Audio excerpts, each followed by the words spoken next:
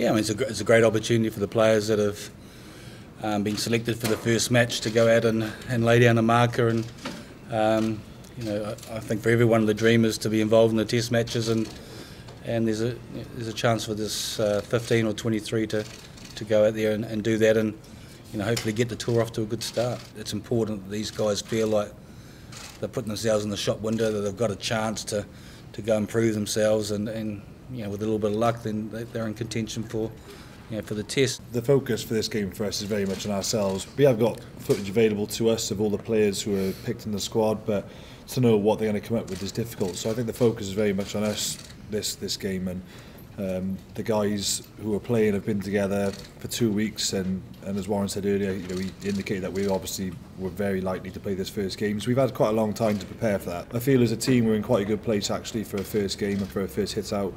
A lot of combination stuff, we've got quite a lot of line out and scrum work from a forwards perspective, so I don't think we're short of preparation. I think we're going to go in pretty well prepared. It was really felt like I was chasing it 4 years ago, so I missed the first 2 games. I was the last guy on the whole tour to play a fixture, so it's nice now to be able to get a jersey in the kit bag and say you've done it. I'm going to need a good few games, I think, before I start hitting my straps. But we all know that every game now is a massive audition for the Test matches, so really pleased that I'm involved in this first one.